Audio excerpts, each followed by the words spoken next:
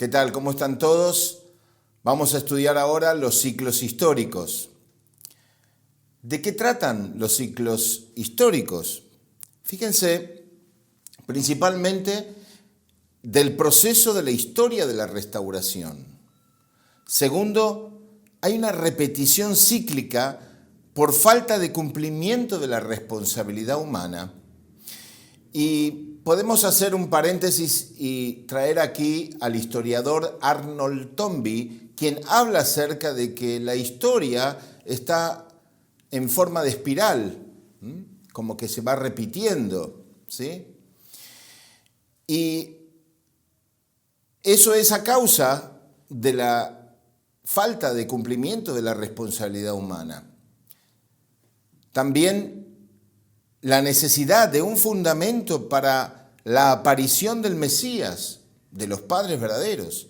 Entonces, la historia está buscando al Mesías para que cumpla los padres verdaderos. Y si no cumple, se va a prolongar. Si el ser humano no cumple, entonces se va a prolongar.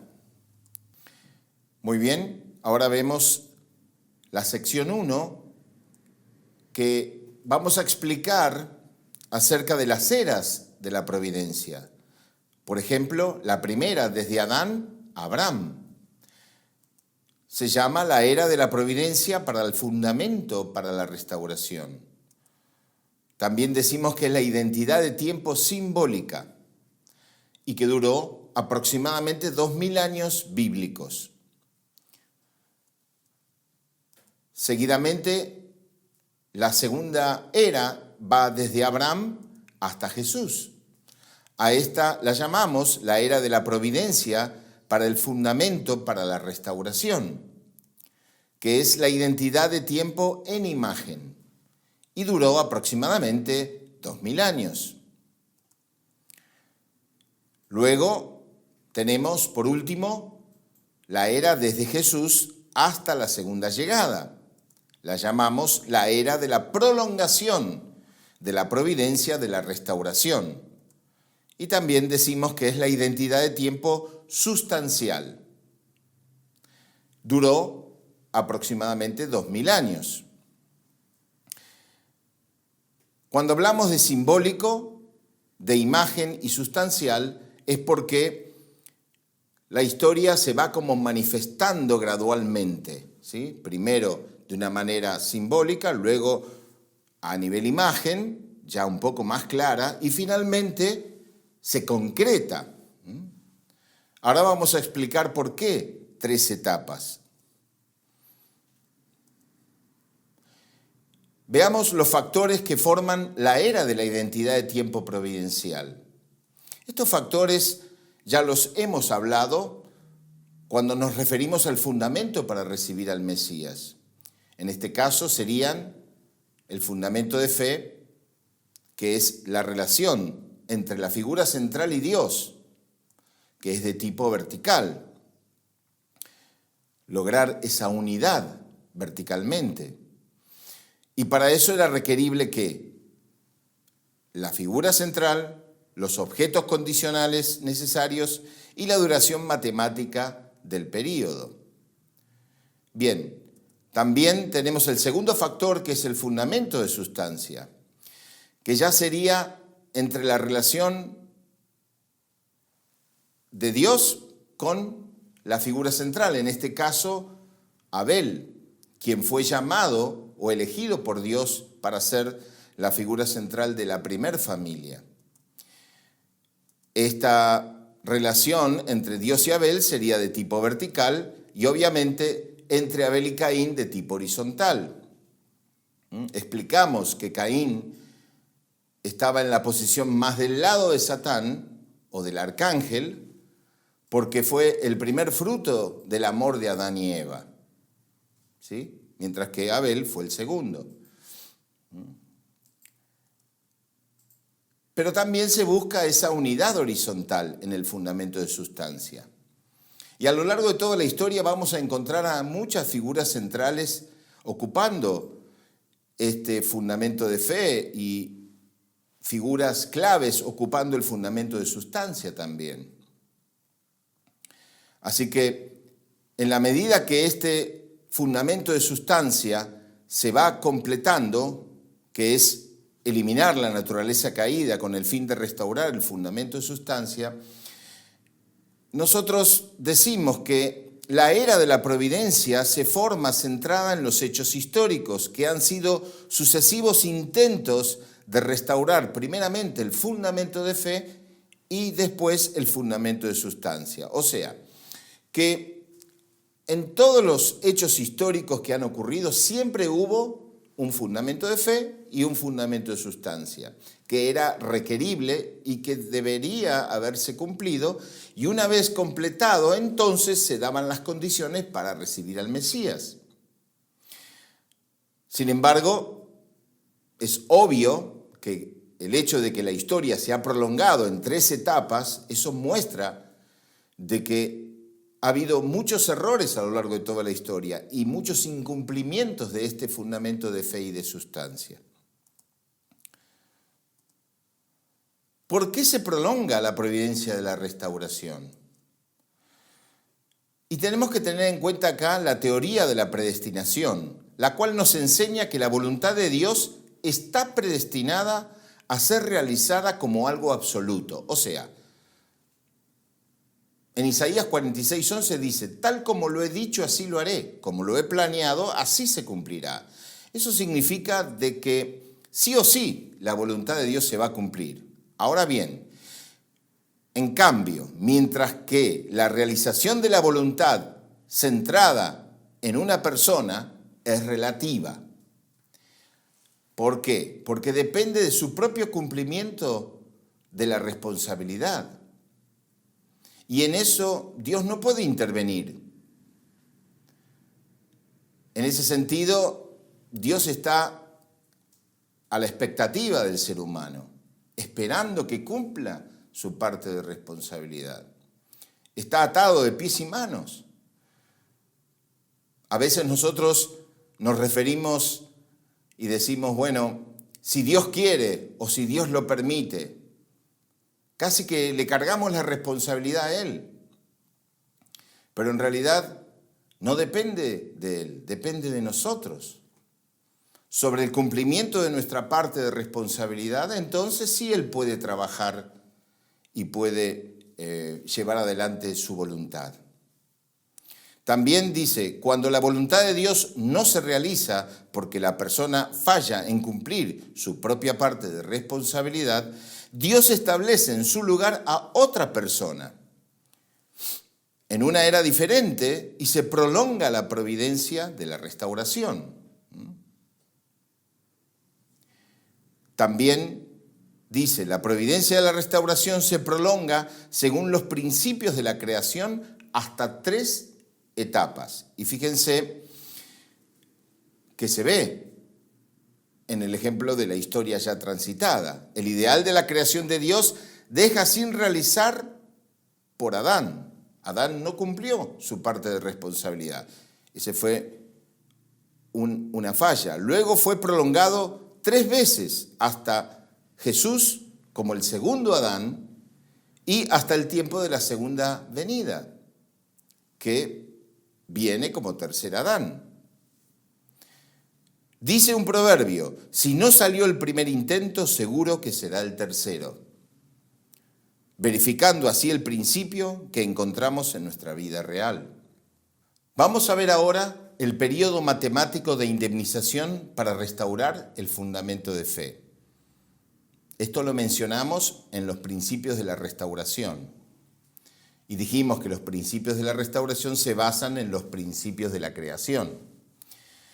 Así que vamos a estudiar que las 3 etapas de crecimiento es también el periodo para la perfección del número 40.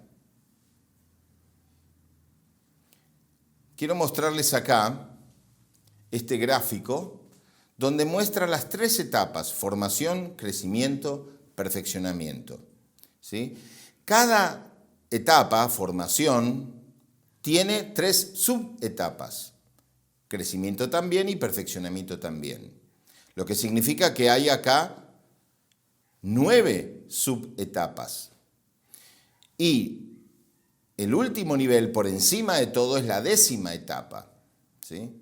Cuando logramos las 4 posiciones, en la 4ª etapa sería formación, crecimiento, perfeccionamiento, y ahí se logra el ideal de Dios basado en el fundamento de 4 posiciones. Entonces multiplicamos el 4 por el 10, nos da 40.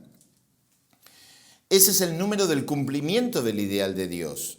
Y este número fue perdido en el jardín del Edén debido a la caída.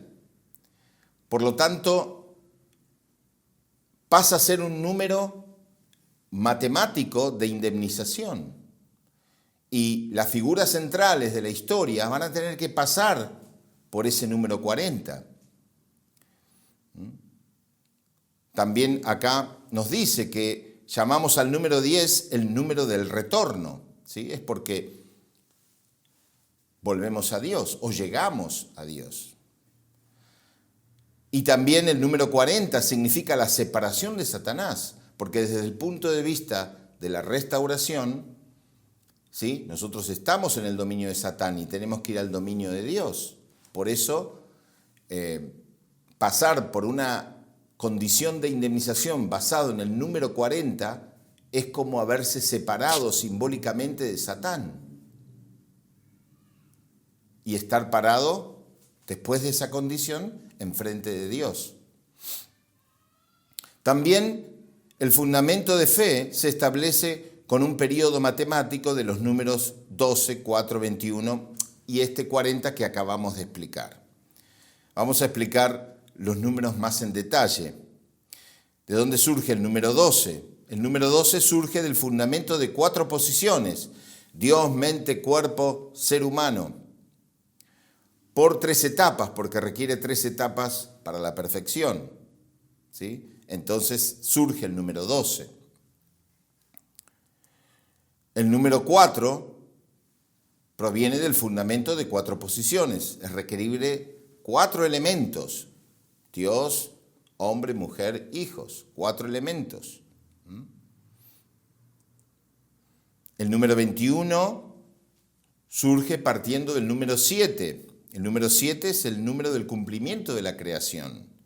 Pero si desglosamos el número 7, tenemos el número 3, que es el número del cielo, que representa el origen, la división y la unión. ¿Se acuerda que hablamos de un origen, ¿sí?, la primera energía universal, una división, que sería el elemento sujeto, el elemento objeto, y una unión, que sería el resultado de esa unidad? Entonces, esto se aplica en todos los seres de la creación. El número 3 por un lado y el número 4 sería el cumplimiento del fundamento de 4 posiciones: Dios, hombre, mujer, hijos. Entonces, estos dos sumados da el 7.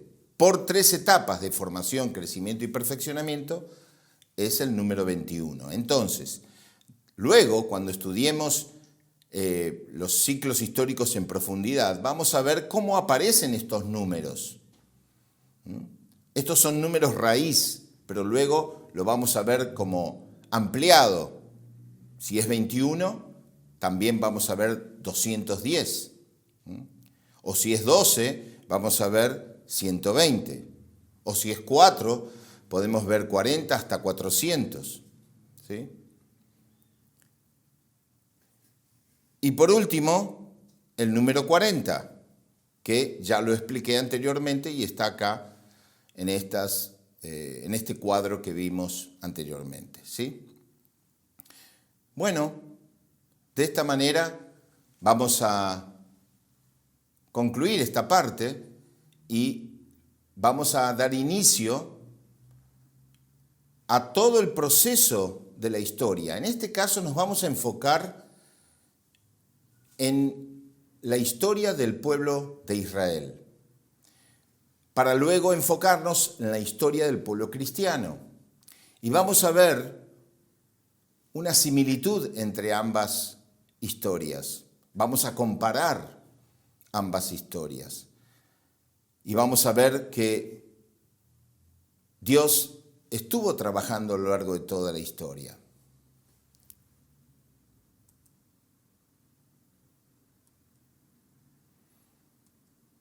Empezamos con Jacob, sus 12 hijos y 70 parientes. Ellos van a ingresar a la tierra donde deben ir por un camino de esclavitud. Recuerden de que Abraham había fallado en la ofrenda, en la primera ofrenda que él hizo con los animales, y Dios le dijo que por haber fallado, su descendencia iba a pasar 400 años en tierra extraña. Bueno, este era el momento para saldar esa deuda, que sin pagar esa deuda no se podía cumplir definitivamente el fundamento de fe y de sustancia para poder recibir al Mesías. Entonces, comenzamos con los primeros 400 años. Estos 400 años se llaman el periodo de esclavitud en Egipto.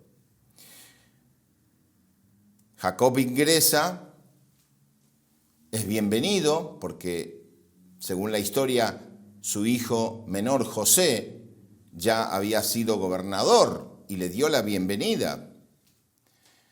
Sin embargo, con el correr del tiempo, el faraón comenzó a esclavizar a este pueblo y ocultamente ellos practicaban sus tradiciones como la circuncisión, guardaban el sábado y hacían ofrendas.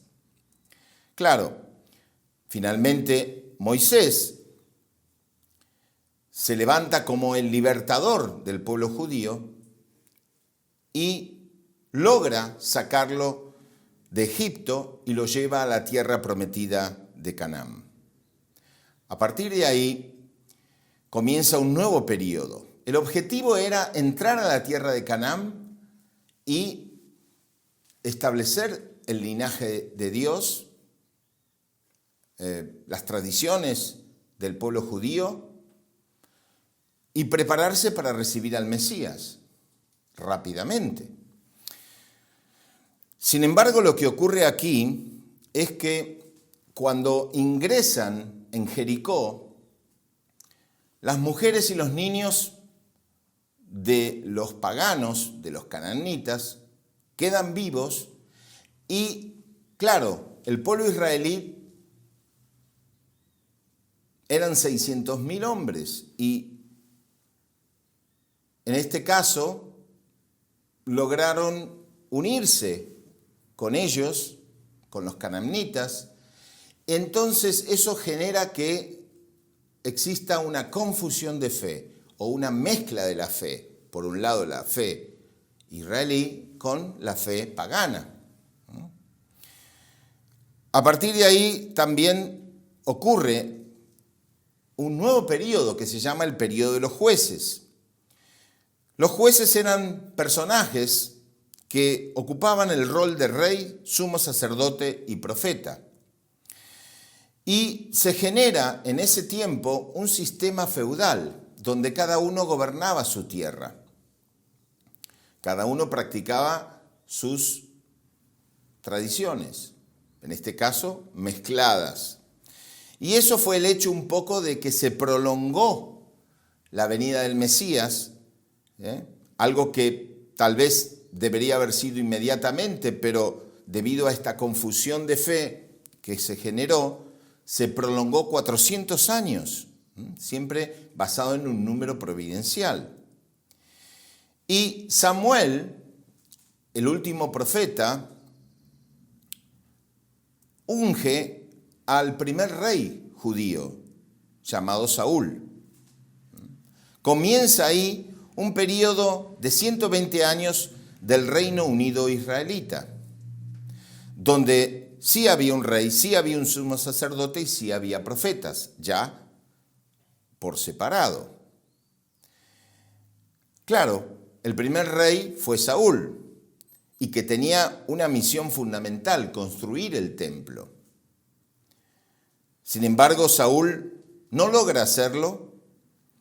Más tarde pasa la responsabilidad a David. David no lo hace, pero sí compra los materiales, y finalmente Salomón, hijo de David, sí lo construye. ¿Por qué el templo? El templo era la manifestación del Mesías que iba a venir. Si se unían al templo, entonces era como que en el futuro, cuando venga el Mesías, podían naturalmente unirse al templo de Dios, que era el Mesías. Lamentablemente, esta etapa termina con un fracaso, porque Salomón permitió que entraran cientos de concubinas al templo. Entonces eso generó una corrupción. Y de esta manera el templo no podía cumplir el rol providencial para recibir al Mesías. O sea, la idea era que el Mesías nazca en el trono de David, como decían, ¿no? Que pueda venir como rey de reyes. Pero lamentablemente esta providencia se quiebra, digamos, no puede continuar. Entonces el reino que era unido se divide y comienza un nuevo periodo de 400 años del periodo del reino dividido, donde está Israel y Judá. Israel, por un lado, fue invadido por los asirios. Sin embargo, Judá fue llevado en cautiverio por Nabucodonosor. A partir de ahí comienza una nueva etapa de 210 años que la llamamos periodo de cautiverio y retorno de Israel hacia la tierra prometida. Y tenemos 70 años de cautiverio por Nabucodonosor hasta que llegó Ciro, el rey de Persia, y los libera. Nehemías se encarga de conducir a aquellos que querían volver a la tierra prometida hacia Canaán. Entonces comienza finalmente el último periodo, que es de 400 años hasta la venida de Jesús, donde Malaquías pasa a ser el profeta principal, quien tiene que recuperar todas las tradiciones y reconstruir el templo. Por eso se llama periodo de preparación para la llegada del Mesías. Recuperar la fe, reconstruir el templo y lograr la unidad. Entonces, podemos decir que en esta última etapa se definen dos líneas, una la helénica y otra la hebraica. La helénica proviene de la cultura de Roma, ¿sí? Y la hebraica viene del judaísmo. Entonces, estas dos culturas tenían que unirse, centrado en el Mesías que iba a venir. También, 400 años antes de la llegada de Jesús, surgió la filosofía en Grecia y el espiritualismo en China e India. Entonces, de esta manera, llega el Mesías con la misión de unir estas dos esferas, el helenismo y el hebraísmo, y fundar una nueva cultura, la cultura del corazón, el reino de los cielos en la tierra. Con esa misión vino Jesús. Todo este trabajo histórico era para dar bienvenida a Jesús, para que principalmente las autoridades judías o israelitas deberían darle la bienvenida a Jesús, ¿sí? Y sobre esa unidad, centrado en Juan el Bautista, Juan se conectaría con Jesús y se aceleraría el establecimiento del reino de los cielos. Jesús vino con la misión de establecer las tres grandes bendiciones. Vino como el último Adán, en 1 Corintios 15:45. Vino como el Abel, el cual, unido con Dios, tenía que dar la bienvenida a Caín, que era el pueblo judío, y todos los representantes de la historia que estaban en esa época. Entonces, ¿qué tenía que haber pasado? Que Caín se una con Abel. que los israelitas se unan con Jesús, ¿sí? No que lo maten, sino que se unan. Ya habíamos experimentado esto entre Caín y Abel, que Caín mató a Abel. Y fíjense, a causa de eso se prolongó la historia. Entonces ahora, en un nivel mundial, los representantes de tipo Caín tenían que unirse con el Abel principal, ¿sí? Sin embargo, muere en la cruz. Claro que Dios de esa crucifixión hizo un gran cambio en la humanidad, al menos espiritualmente. Pero el propósito original, la misión original, era que le den la bienvenida, que se unan con Él. Entonces, centrado en la infraestructura del Imperio Romano, Jesús podía haber enseñado la verdad no solo en Roma, sino por todo el mundo, uniendo las corrientes religiosas del mundo entero. Fue realmente lamentable y fue un dolor profundo en el corazón de Dios. Imagínense, toda esta preparación de prácticamente 2000 años, 1930 años, se perdió. Lo único que queda acá es que, como Jesús se unió completamente con Dios y se entregó para ir por el camino de la cruz, porque ya no había otra opción, no había nadie que se uniera con Él, entonces a partir de ahí comienza un reino espiritual. O sea que a pesar de que todo esto se pierde, por lo menos queda esta ligación entre Dios y la humanidad, que es la victoria de Jesús en la cruz, y comienza una etapa espiritual donde Jesús, junto con sus 12 apóstoles y 70 discípulos, espiritualmente reina junto con el Espíritu Santo al pueblo cristiano. Bien, ahora vamos a recorrer los diferentes periodos cristianos que se fueron dando a lo largo de la historia, y nosotros observamos aquí el periodo de persecución del Imperio Romano. Durante ese periodo oscuro del cristianismo, donde fue sometido por el Imperio Romano, los propios cristianos practicaban en las catacumbas el bautismo, la comunión, guardaban el sábado y, claro, como ofrendas, ellos mismos eran ofrendas vivientes. Esto duró hasta el 313 con Constantino, quien frenó la persecución. Tuvo una experiencia espiritual y paró la persecución hacia los cristianos. Y luego Teodosio I confirma al cristianismo como religión oficial en el 392. Vamos a ver que comienza una nueva etapa ya con el cristianismo establecido, llamada Período de los Patriarcas. Este periodo tuvimos a los patriarcas con la responsabilidad de rey, de papa y de sacerdote. Este fue un periodo de sistema feudal. Ya empezamos a ver similitudes con el periodo del pueblo israelita. Entonces, a partir de ahí, este periodo de los patriarcas concluye con la unción del primer rey cristiano, que fue Carlomagno. Carlomagno estudió mucho a San Agustín y San Agustín escribió sobre un libro llamado La Ciudad de Dios. Entonces, él quería establecer la ciudad de Dios en su vida. Y León III, como el Papa, un 25 de diciembre del año 800 después de Cristo, unge a Carlomagno como primer rey cristiano.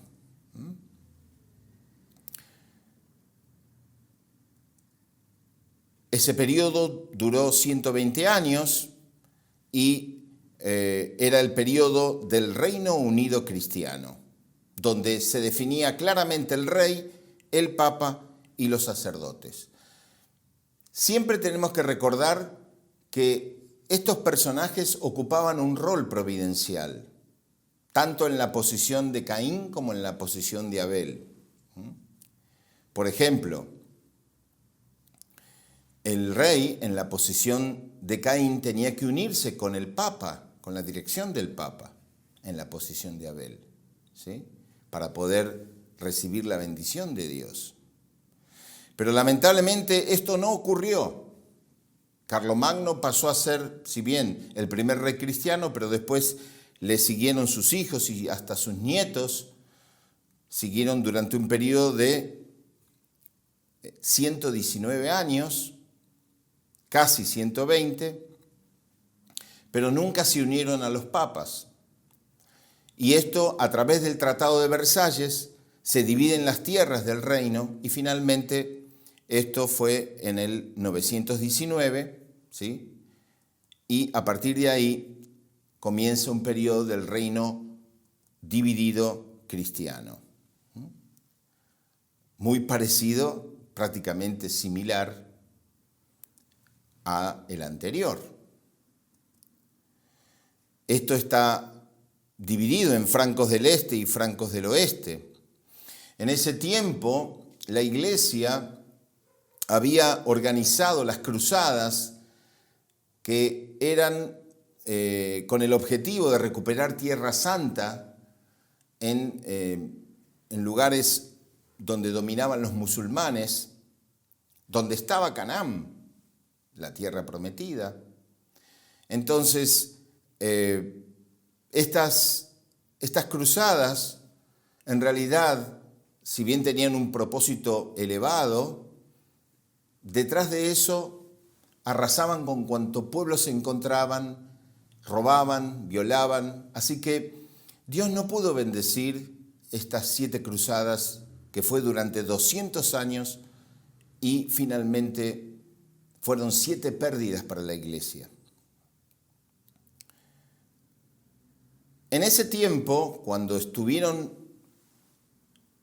en la zona de Canaán y en la zona del Mediterráneo, en la Grecia, toda esa zona, descubrieron la cultura helénica. Y es increíble, pero esto fue el puntapié para que en el futuro pudiera ser resucitada esa cultura a través del Renacimiento, que vamos a ver un poquito más adelante. Pero esta etapa culmina cuando Clemente V es llevado en cautiverio al sur de Francia. O sea, no solo hubo 7 pérdidas de las cruzadas, sino que también fue llevado en cautiverio el Papa al sur de Francia. O sea que aparentemente no se estaban haciendo bien las cosas y el catolicismo, en este caso, estaba indemnizando para que se den cuenta de que en realidad su objetivo era preparar todo para recibir al Señor en su segunda venida. Eso fue en 1309, cuando fue tomado en cautiverio Clemente V. Comienza una nueva etapa de 210 años, semejante a la del pueblo judío, y comienza el periodo de cautiverio y retorno papal. Hubo 70 años de cautiverio, como dijimos, y luego un periodo hasta que llegó a haber, 3 papas al mismo tiempo, hubo mucha confusión papal, hasta que finalmente se proclama como único papa a León X, pero León X,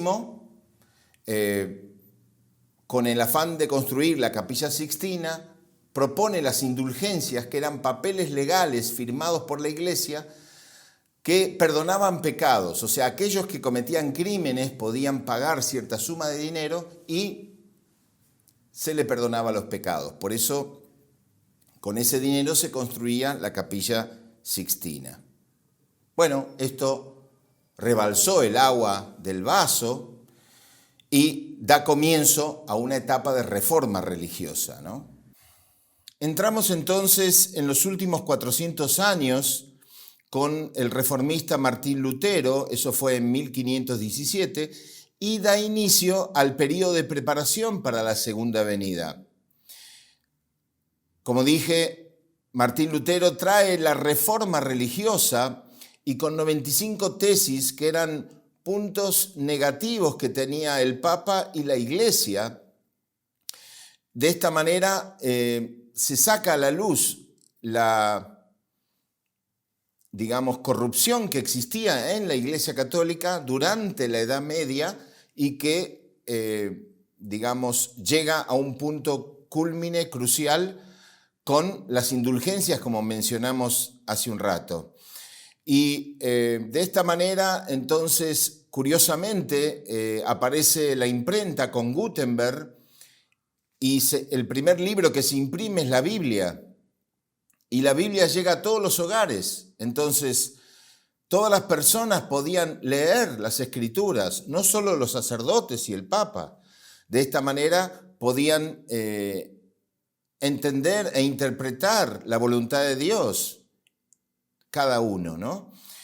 Esto trae la reforma, como dije, religiosa. Por otro lado, había mencionado que en épocas de las cruzadas se había encontrado en la zona del Mediterráneo la cultura helénica que había quedado sepultada y que a partir de ahí se fueron como trayendo todos los avances o ideas que existieron en aquella época. Y entonces surgió también el Renacimiento en esta época. El Renacimiento con los inventos, con todos los avances tecnológicos o mecánicos, digamos, que existieron en esa época. Y todo eso fue porque trajeron desde esa zona del Mediterráneo toda esa cultura. Es como que se revive, ¿no? Lo que fue el helenismo y ahora se llama el Renacimiento. Entonces, surgen dos corrientes bien claras y bien definidas. Por un lado, el Renacimiento como parte externa del ser humano, como la búsqueda a todas las incógnitas de la ciencia, de la materia, y por otro lado, la reforma religiosa para dar luz al cristianismo, ¿no? Como preparación para la segunda venida. Entonces, una representando el cuerpo, otra representando el espíritu. Entonces, vamos a ver que durante este periodo van a ir afirmándose los tipos de pensamientos y volviendo un poco al vocabulario que utilizamos en la primer familia, la familia de Adán, cuando se dividía en Caín y Abel, ¿sí? En este caso hay como dos corrientes, una corriente de tipo Caín, que sería el Renacimiento, y una corriente de tipo Abel, que sería la reforma religiosa. Claro, se va afirmando cada vez más estas ideas con los pensadores que lo representan cada una de las corrientes, y luego culmina esto en lo que podemos decir, el Renacimiento culmina con el comunismo y la reforma religiosa culmina con la democracia. Por un lado, el comunismo, un paraíso terrenal sin Dios, y por otro lado, la democracia, un ambiente propicio para recibir al Señor de la segunda llegada. Fíjense, si empezamos a hacer un paralelismo con la época de Jesús, en tiempos de Jesús no existió una cobertura para Jesús en el Sanedrín, cuando él fue enjuiciado, ¿sí? De esta manera podemos decir que, claro, Jesús no tuvo protección y finalmente fue condenado a la cruz. Pero en este caso, en esta oportunidad, se creó el ambiente con la democracia. Entonces, acompañando la democracia y el comunismo como dos corrientes, surgió ya en el siglo XIX, la revolución industrial, los medios de comunicación, el desarrollo científico y tecnológico, todo esto para crear el ambiente propicio para dar bienvenida al Señor de la segunda llegada. Y no solo eso, sino para poder expandir la nueva expresión de la verdad, ¿sí? Claro, nosotros decimos que si sumamos 400 más 400 más 120 más 400 más 210 más 400, da un total de 1930 años. Y si tomamos como punto de referencia cuando aparece Martín Lutero en 1517 y le sumamos 400 años, que son los últimos, da un total de 1917 años. Entonces podemos decir que entre 1917 y 1930 se dieron todas las condiciones para la aparición del Señor de la segunda llegada. Bueno, acá ustedes pueden ver claramente la historia desde Jacob hasta Jesús y desde Jesús hasta la segunda venida. Si nosotros lo comparamos, realmente hay una similitud increíble. Eso muestra de que la intención de Dios era que con Jesús se pudiera lograr el reino de los cielos ya 2000 años atrás, si se unían con Él. Recuerden que estudiamos acerca de la importancia de Juan el Bautista. Juan el Bautista en la posición de Caín y Jesús en la posición de Abel. Juan tenía que unirse con Jesús para conectarse con Dios. Y detrás de eso todo el pueblo judío podía haberse unido. Porque todos los profetas y la ley, hasta Juan, profetizaron. Entonces significa que él era el último profeta del Antiguo Testamento, ¿sí? Pero lamentablemente esto no se dio y Jesús tuvo que ir por el camino amargo de la cruz. Fue muy doloroso, no solo para Jesús, sino para Dios mismo, que una vez más perdió a su Hijo. Perdió a Adán y Eva en el jardín del Edén. Pierde a Jesús ahora, por lo menos físicamente, no espiritualmente. Entonces, por eso es que Jesús sabía que tenía que volver. Y en este caso, vamos a estudiar ahora, en la siguiente presentación, cómo, cuándo y dónde se producirá el segundo advenimiento. Bueno, espero sepan asimilar este mensaje y abran su mente y su corazón, hagan oración, porque esta es la época de la llegada del Mesías. Muchas gracias y nos vemos en la próxima presentación.